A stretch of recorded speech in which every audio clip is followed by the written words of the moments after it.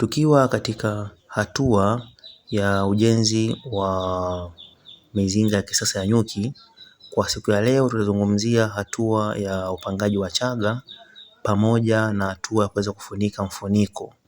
Hiyo ni hatua ya mwishoni kabisa ambayo itasaidia ili kusudi nyuki zetu ziweze kuingia katika mzinga yetu wa kisasa na tuweze kupata mavuno yaliyokuwa ni mazuri na kuweza kutimiza malengo. Ndugu mtazamaji, kuna faida kubwa ambayo tutaweza kuangalia leo kuhusiana na swala zima la kutengeneza mfuniko kama unavyotazama katika skrini yako hapo. Huu ni mfuniko wa kisasa ambao umetengenezwa katika material ya kutumia mbao. Kwa hiyo ndugu mtazamaji, ni muhimu sana kama wewe mfugaji ambao unataka kupata mavuno yaliokuwa ni mazuri na mavuno bora, unashauriwa kitaalamu mizinga yako unapokuwa unatengeneza, jitahidi sana utakapokuwa umeweka zile mbao 4 pamoja na ya 5 ya chini, hatua inayofuatia inabidi kuweza kutengeneza chaga ili kusudi chaga hizo, kama chaga ndizo hizo unazotazama katika skrini hapo, kwa sababu chaga hizo zitakusaidia wewe katika uvunaji. Na maana wakati wa uvunaji utakuwa unatoa chaga moja moja, na kila chaga itakuwa ina masega ambayo masega hayo yatakuwa yana asali ndani yake. Hivyo kwa hatua hii ni hatua ya muhimu sana katika ujenzi wa mizinga ya nyuki. Na pia kitu kingine, unapokuwa unamaliza kuweka chaga zako hizo, inatakiwa unashauriwa pia kuweza kuweka mfuniko. Maana mfuniko huo unasaidia katika mambo mbalimbali. Miongoni mwa mambo makubwa ambayo itasaidia mfuniko huu utakusaidia wewe ili uweze kuweka ulinzi. Ina maana kwamba utakapoenda kuitega mizinga yako, ina maana kwamba hizo chaga ndio masega yatakaa hapo. Kwa hiyo ule mfuniko wa juu ambao ni ubao wa juu unakuja kufunika pale kwa ajili ya kuweza kusaidia kufanya ni ulinzi ambao hata nyuki hawatakuwa wanasumbuliwa, na kama kuna mdudu yoyote ambaye anaweza kuja kusumbua katika mzinga wako, basi mdudu huyu atakuwa hana uwezo wa kuingia na kuweza kuleta athari yoyote. Kwa hiyo ni hatua mojawapo na ni hatua ya muhimu sana katika umaliziaji wa mizinga ya nyuki. Unashauriwa kwamba unapokuwa unajenga mizinga ya nyuki, jitahidi sana kujenga mizinga ya kisasa. Na kama ulikuwa unatufuatilia katika video zilizopita, ina maana tupo katika hatua za mwishoni ambazo ninakuelekeza wewe ili uweze kujifunza na uweze kufanya vitu muhimu sana ambavyo vitasaidia. Kikubwa kabisa ni kuweza kujifunza faida kubwa ya kuweka chaga.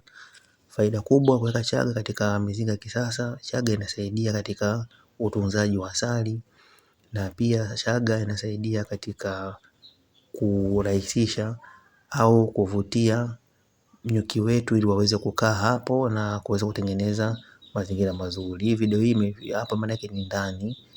Utakapofunika ule mfuniko wa juu pamoja na chaga, itaonekana katika mazingira kama hayo.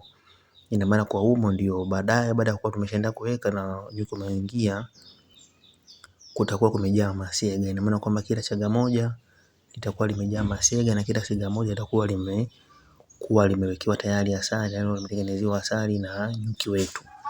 Kwa hiyo ndugu mtazamaji, unashauriwa sana kuweza kuweka chaga na kuweza kutengenezea kitu cha juu au mfuniko wa juu, ambao mfuniko huo utakusaidia wewe katika swala zima la utunzaji wa mizinga na pia katika swala zima la uwepesi wa uvunaji.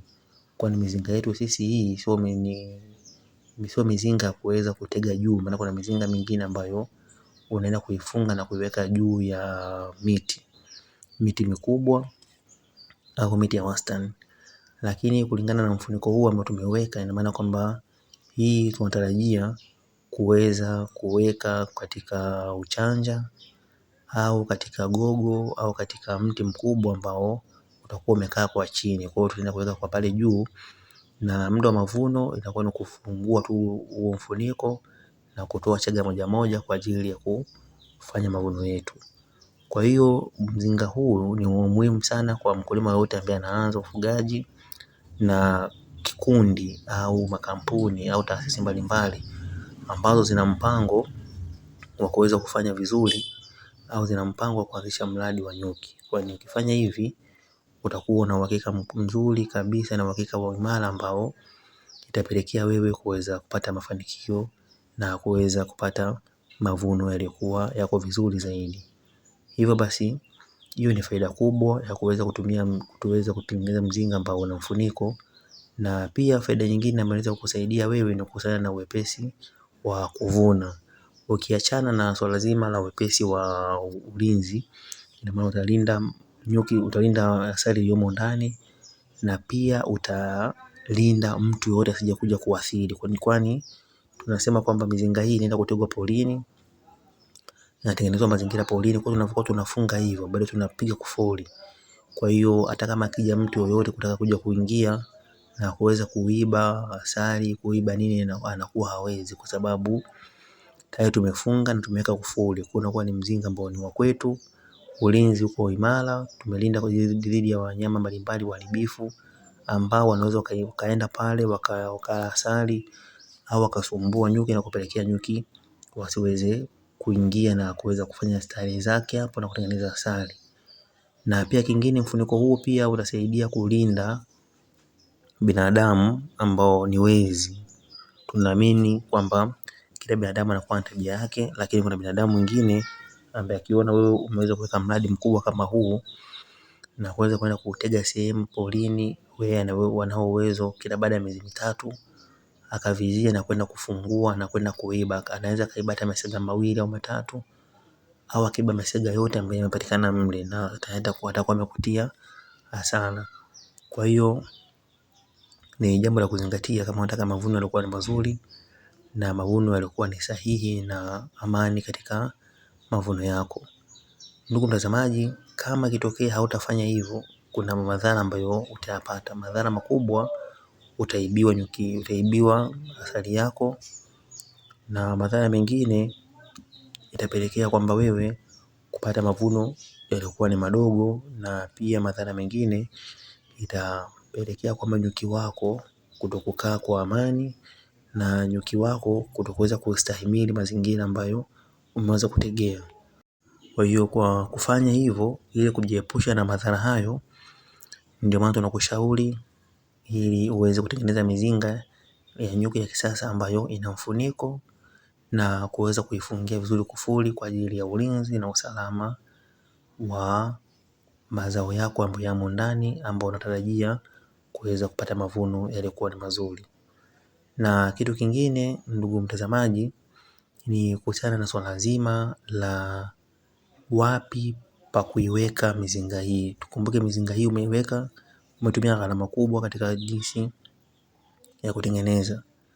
Inabidi uweze kutafuta mazingira mazuri ambayo hayana maji. Yaani mizinga hii inabidi isilowane maji, au isinyeshewe na mvua, au isimwagiwe maji. Kwani ikimwagiwa maji au ikinyeshewa na mvua, hii inapelekea mizinga kutokuwa imara, kubungulika na wadudu, na pia kuweza kuoza. Kama tukumbuke kwamba hizi ni mbao, na mbao zinapokuwa zinamwagikiwa na maji, kiukweli mbao zitakuwa zimeoza. Kwa inabidi uweze kujiepusha sana mizinga yako isiweze kumwagikiwa maji au kunyeshewa mvua.